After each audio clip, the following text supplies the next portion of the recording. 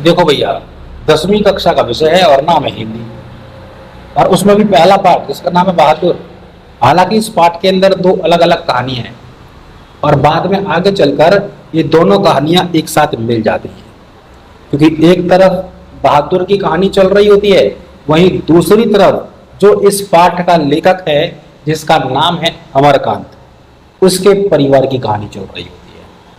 क्योंकि जो इस पाठ का लेखक है जिसका नाम अमरकांत है, उसकी बीवी का नाम है निर्मला। उनका एक लड़का भी है जिसका नाम किशोर है। जो लेखक की बीवी निर्मला है वो अक्सर बीमार बनी रहती है। हालांकि लेखक की एक लड़की भी है और उस लड़की का नाम इस कहानी में जिक्र नहीं किया गया है।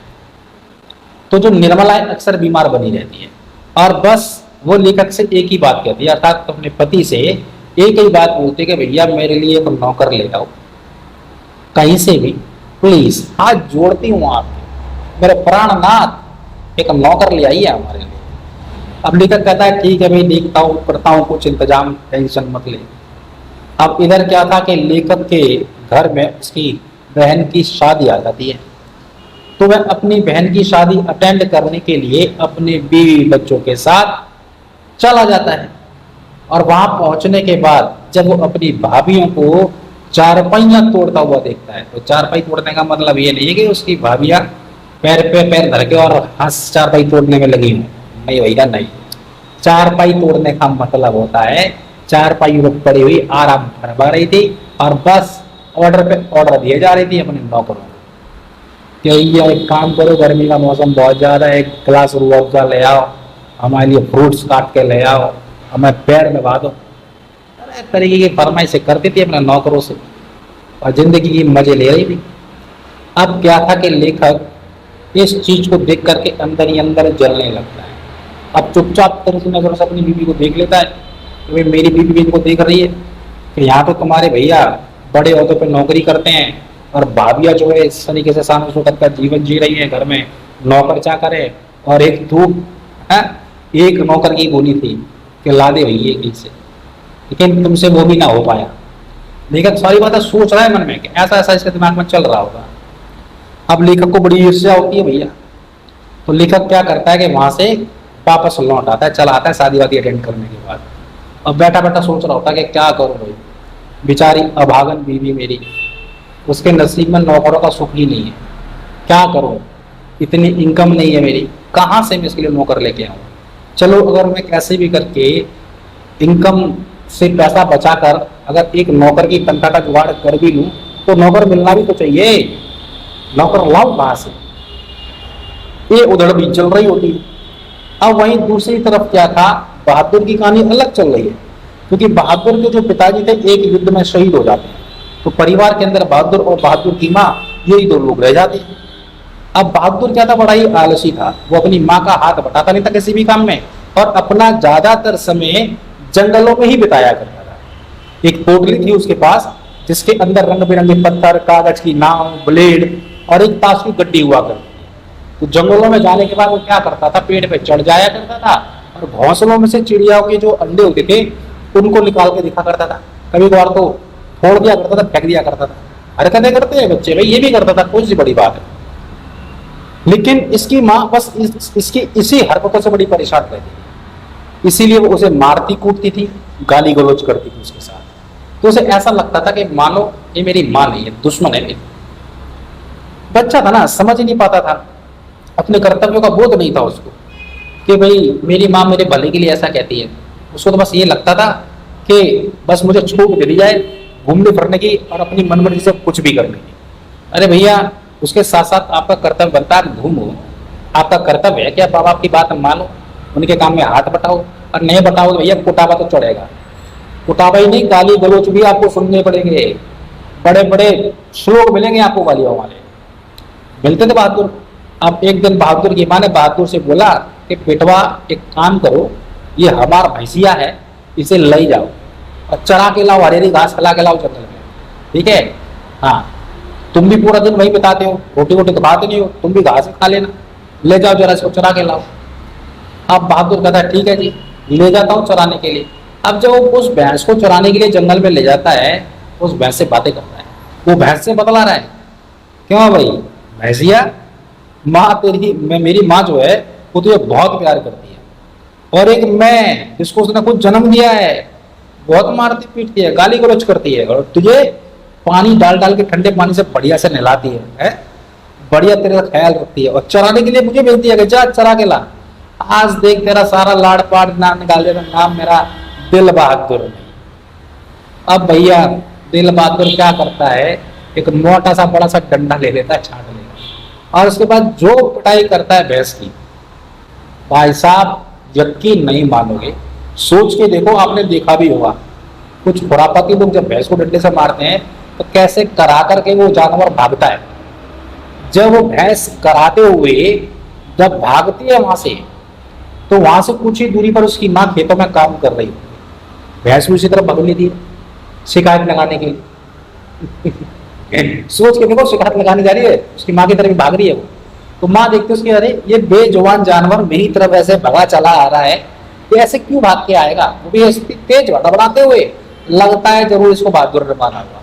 तो इतना पक्का विश्वास था उसकी माँ को बहादुर के ऊपर कि ये इतना ढीठ लड़का है कि इसने इसे चारा नहीं खिलाया होगा बल्कि मारा ही होगा, तो पूरी तरीके से कंफर्म। अब वो सोच रही है कि मारा तो इसी ने, लेकिन मारा कितना वो सोच रही है। ओह माय गॉड, पूरी ढई तोड़ दी आगे, पूरी कमर लचका दी इसकी है, इस भैंसिया को पूरा कैटरीना का बना दिया इसने, इतना मारा है। अब वो जितना सोचती है ना उससे ज्यादा मार वो उस बहादुर की लगा देती है, और वहीं पर डेंट डाल दी उसकी आंखों में, वहीं पड़ा रहता है ऐसे करके, पड़ा रहे साले यहीं पे, तूने भैंस को हाथ लगाया तो लगाया कैसे। अब बहादुर को सोच लेता है, कहता है साला झुकेगा नहीं, मैं घर नहीं आएगा। अब पूरा रात वो वही जंगल में पेड़ के ऊपर ही गुजार देता है। पहाड़ी आदमी उनको बड़ी तगड़ी प्रैक्टिस होती है जंगलों में पेड़ों के ऊपर सो जाने की, पूरी रात गुजार देते पेड़ के ऊपर। बहादुर ने गुजार दी। अब जब जैसे ही सुबह होती है, बहादुर चुपचाप घर के अंदर घुस जाता है और सीधा रसोई घर में, वहां पे घी की हंडिया रखी होती है, उसमें हाथ डालता है, दौड़ के चुरा लेता है, और दौड़ के चुराने के बाद वहां से हो जाता है रफू चक्कर, सीधा पहुंचता है कहां पर, गोरखपुर जाने वाली बस में बैठ जाता है, जाकर बस अड्डे पहुंच जाता है। अब जब वो बस की सीट पर बैठा हुआ होता है तो उसके बगल में लेखक जिसका नाम अमरकांत है, उसका साला भी आकर बैठ जाता है। अब उसका साला दिखता है ऐसे करके बहादुर की तरफ, उसके हाव भाव पहचान लेता है, कहता है बड़ा लड़का जो है 100% मानो ना मानो घर से भाग कर आया है। अब हाफ पैंट पहने हुए होता है और व्हाइट कलर की शर्ट पहने हुए होता है, नंगे पैर भाग रहा है।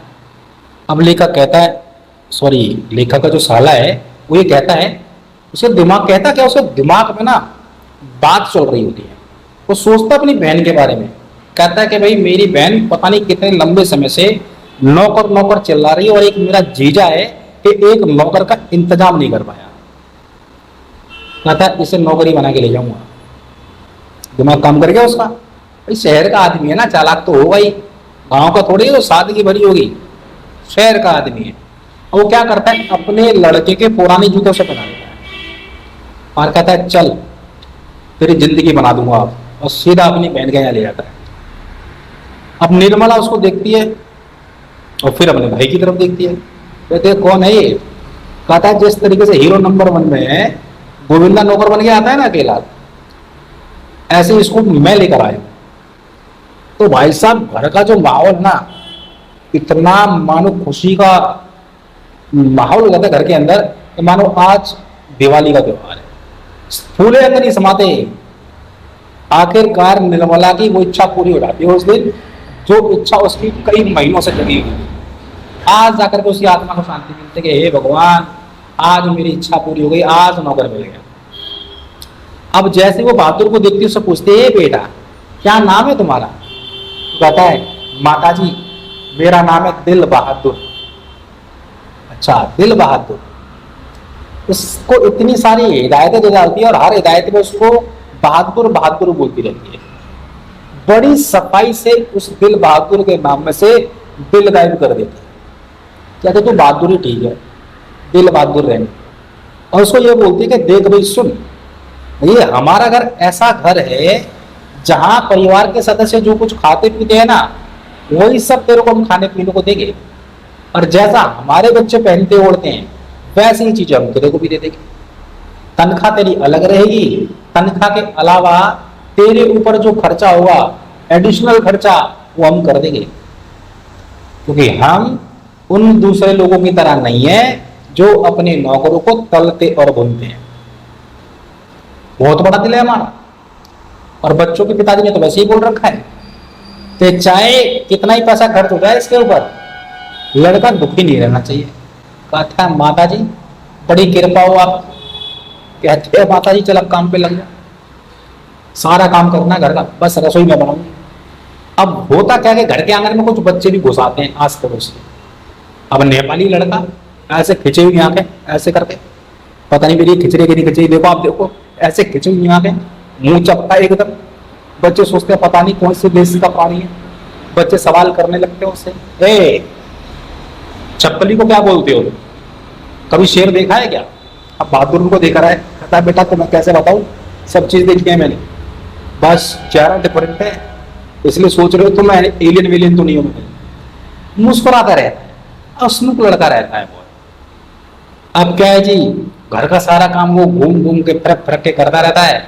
अब निर्मला को उसे बड़ी ज्यादा चिंता रहती है, तबीयत खराब रहती है ना उसकी। कहता है माता जी बस आप काम किया मत करो, आपको जो भी काम हो मुझे आवाज लगा दो, सारा काम फौरन कर दूंगा। और इधर लाट साहब लेखक का लड़का, हाँ किशोर, मान के चलो किसी रियासत का राजकुमार हो, इस तरीके का उसके अंदर एटीट्यूड था। बहादुर को बोलता है इधर आ, अब देखो क्या डायलॉग मारता है बहादुर।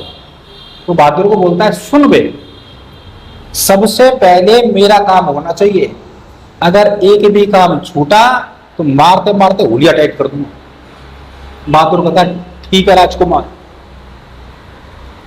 सबसे पहला आप ही का काम होगा। बहादुर मनी मन में बोलता है कि बेटा ऐसा है, घर में किसी का काम हो ना हो, इस बंदे का काम पहले होना चाहिए, नहीं तो ये सच में हुलिया टाइट कर देगा। मुझे इसका इरादा ठीक नहीं लगा। चलिए जी, सब काम बढ़िया तरीके से हो रहा है, सब आलसी हो गए घर के लोग। अब तो किसी को कुछ भी काम होता था बहादुर को आवाज लगा देते, इतने आलसी हो गए कि जिस चारपाई पर बैठे होते थे ना, और अगर गलती से नीचे रबड़ या पेंसिल गिर जाती थी बच्चों की तो उसे उठा नहीं सकते थे, बहादुर को आवाज लगाते थे, ए बहादुर जरा पेंसिल उठा देना हमारी, ए बहादुर रबड़ गिर गई इसे उठा देना, ए बहादुर ये काम कर दे, ए बहादुर वो काम कर दे। बहादुर भी एकदम फिरकनी बना हुआ है, सट से इधर सट से उधर, चके की तरह घूमना पूरे घर के अंदर। अब जो किशोर था वो बहादुर से बोलता था खाली जगह में, बेटा इधर आओ और एक काम करो, मालिश करो हमारी और मुक्की लगाओ हमारी कमर में। तो अपनी मालिश करवाता था खूब दबा के और मुक्की लगवाता था। बहादुर भी उसकी बड़ी तमन्ना के साथ में सेवा करता था कि उसका मूड ना नग जाए, क्योंकि उसने डायलॉग मारा हुआ था ना कि अगर एक भी काम छोटा तो मारते मारते हुलिया टाइट कर दूंगा। कहता है कि सच में हुलिया टाइट ना करते किसी ने, कहता है भाई इसे खुश रखो जैसे जैसे तैसे करके। लेकिन अब घर के सारे सदस्य को भी काम होता था बहादुर को ही आवाज देते थे, तो बेचारा सबका काम करते करते एक आध काम भूल जाता था। अरे ऑब्वियसली तो ये भूल जाएगा, मैं भूल जाऊंगा, आप भूल जाओगे। आपको 50 काम एक साथ दे दिए जाए तो परफेक्ट नहीं होंगे, कोई ना कोई काम आप छोड़ दोगे, बहादुर से भी छूट जाते थे। अब किशोर ने एक दिन बहादुर को बोल दिया सुन भाई मेरी साइकिल जो है ना सबसे पहले साफ कर दी, भूल मत जाइए, इस काम को बहुत जरूरी है, साफ होनी चाहिए मेरी साइकिल। कहता है ठीक है भैया जी टेंशन मत लो, एकदम चमका दूंगा उसे। अब क्या था घर में दूसरे कामों में वो इतना बिजी हो जाता है, इतना व्यस्त हो जाता है कि किशोर की साइकिल साफ करना भूल जाता है। अब किशोर जब देखता है कभी उसकी साइकिल साफ ही नहीं हुई, उसे गुस्सा आ जाता है और क्या करता है बहादुर का हाथ छोड़ देता है, छिटका देता है बहादुर को बुरी तरीके से और गाली और देता है, सुअर के बच्चे तेरे को मैंने पहले ही समझाया था मेरी साइकिल सबसे पहले साफ होनी चाहिए है, और साइकिल गंदी की गंदी पड़ी हुई है, कहाँ दिमाग का तेरा, कहाँ ध्यान था, साइकिल साफ क्यों नहीं की तूने, सुअर के बच्चे। बहादुर को गुस्सा आ जाता है। बहादुर मन में सोच लेता है कि भाई साहब इस बंदे का काम नहीं करूंगा अब, इसने मुझे मेरे बाप को गाली दी तो दी कैसे, जो गाली उसने दी है वो उसको बाप को ही लग रही है, ऑब्वियसली मना कर देता है वो, कहता आने दो भाई शाम को साहब को बताऊंगा सारी बात। अब जब साहब लौट के आता है, मतलब लेखक जब लौट के आता है तो पूरी घटना जो बहादुर है लेखक को बता देता है कि साहब ऐसी ऐसी बात हुई है, मैं भैया का बिल्कुल नहीं करूंगा, उसने मुझे गाली दी है, सूअर का बच्चा बोला है।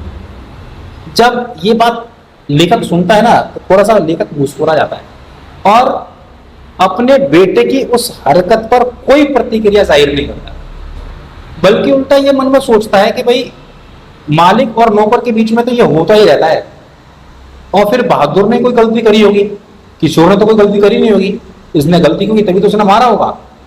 अब क्या हो गया अगर मार दिया? भाई साहब मालिक है वो इस घर का, नौकर का हाथ छोड़ सकता है, राइट बनता है उसका। भैया नहीं बनता राइट, भैया बना दिया ना, मिडिल क्लास फैमिली है ना, अपने आप को अमीर लोग समझ लिए, क्या कह सकते हैं।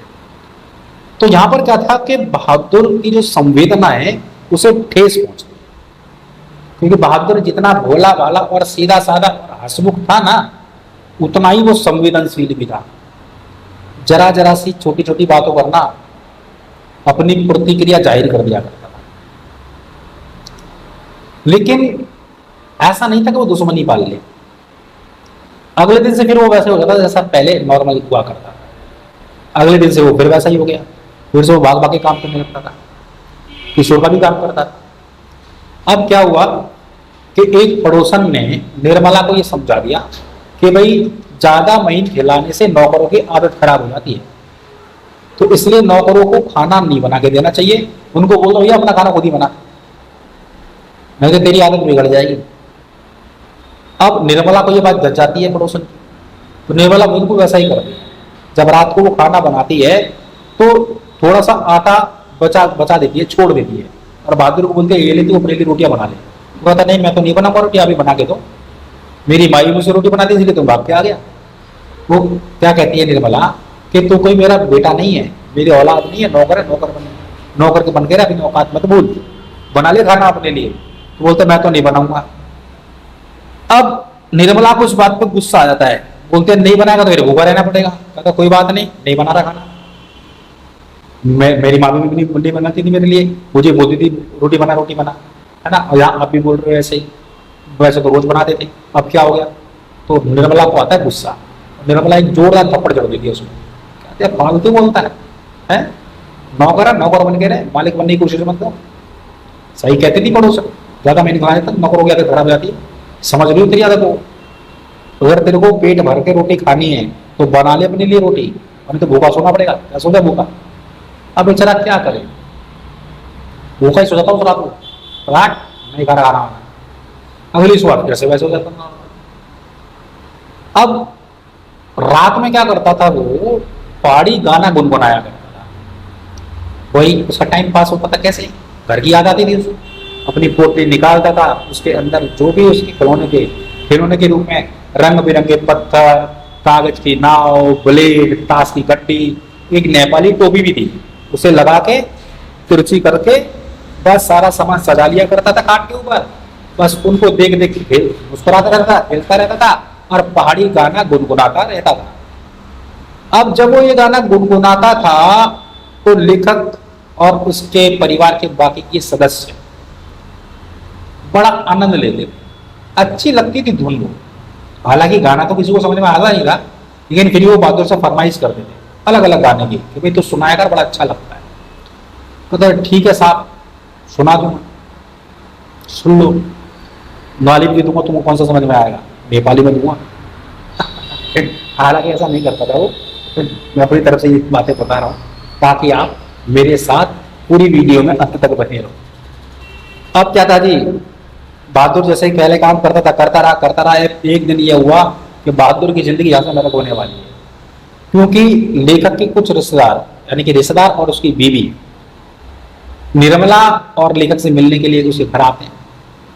तो जब उसके रिश्तेदार रिक्शे से उतरने के बाद जब खाट पर बैठ जाते हैं तो थोड़ी देर के बाद रिश्तेदार की पत्नी एक प्रतिक्रिया करने लगती है। कभी वो चारपाई के नीचे देखती है, कभी खड़ी हो जाती है, फिर चुपचाप बैठ जाती है। अब लेखक उसकी इस हरकतों को देख रहा होता है तो लेखक पूछ लेता है कि क्या बात होगी बहन जी? बोलती है कुछ नहीं, और वो थोड़ी देर बाद फिर बोलती है कि यहां पर मैंने पैसे रखे हुए थे, अब वो मिल नहीं रहे हैं, क्योंकि रास्ते में मैंने सोचा कि बच्चों के लिए कुछ मिठाई ले जाऊंगी, पर कोई बढ़िया सी दुकान मिली नहीं, है ना, तो इसलिए मैं सीधी फिर यहाँ गई उतर गई घर के सामने। अब रिक्शे वाले से जो छुट्टे पैसे मिले थे, सोचा मिठाई तो ही नहीं हूँ, चलो कुछ पैसे ही उनके हाथ में रख दूंगी, अब मैं कैसे रखूंगी उनके हाथ में पैसे? क्योंकि साड़ी के फूट से पैसे निकाल के तो मैंने हाथ में रख दिए थे, वो मिल नहीं रहे। पूरा प्रपंच षड्यंत्र रच रही थी वो। अब सारा इल्जाम डालना चाहती थी बहादुर पर, ताकि उसकी इज्जत बच जाए। तो इशारा कर देती कि भाई तुम्हारा नौकर इस तरफ आया था, और फिर बड़ी तेजी से उधर भाग गया, देखो मुस्कुरा भी रहा है। मुझे तो कहीं ऐसा लग रहा है कि हो ना हो इसने हमारे पैसे चुरा लिए हैं। तो गले का कहता है पागल वागल हो गया, ये लड़का ऐसा नहीं है, बहुत ईमानदार है और सीधा साधा लड़का है। यहाँ घर में भी कहीं पैसे पड़े मिल जाते तो जाकर निर्मला को भी देता है वो। मैं नहीं मान सकता कि इस बच्चे ने ऐसी हरकत की होगी। तो इस बात पर लेखक का जो रिश्तेदार है वो बोलता है कि भाई साहब खा गए ना धोखा, आप ऐसे नौकरों को जानते नहीं हो, बड़े ढीठ होते हैं ये, और इस तरह के काम में तो ये बड़े माहिर होते हैं।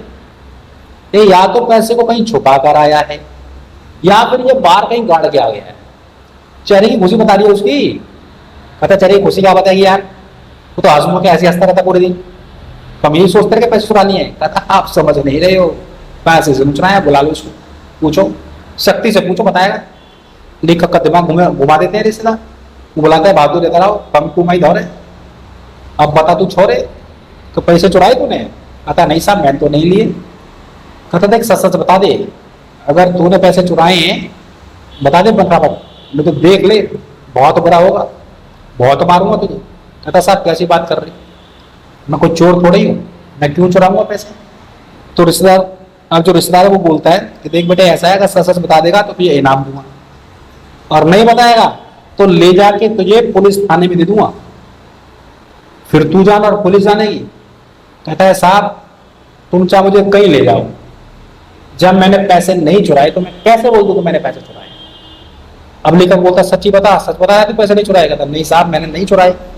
काफी बार जब वो मना करता है कि भाई मैंने पैसे नहीं चुराए नहीं चुराए नहीं चुराए, तो लेखक उसमें जोरदार तमाचा जड़ देता है। अब जो उसकी संवेदना को ठेस पहुंची थी ना पहली बार जब किशोर ने उसको चांटा मारा था, तब वो इतना अंदर से टूटा नहीं था, और जब रोटी ना बनाने के कारण निर्मला ने उसको चांटा मारा, उस दिन भी वो इतना नहीं टूटा था जितना वो आज टूट गया था अंदर से। तो आज स्वयं लेखक ने उसमें चांटा मार दिया था। उसकी आंख से आंसू आ जाते लड़के की। कहता है साहब मैंने पैसे नहीं चुराए। अब इधर जो लेखक का रिश्तेदार उसका हाथ पकड़ता घसीटता हुआ उसे मेन गेट की तरफ ले जाता, बोलता देख बता दे वरना पुलिस में दे दूंगा।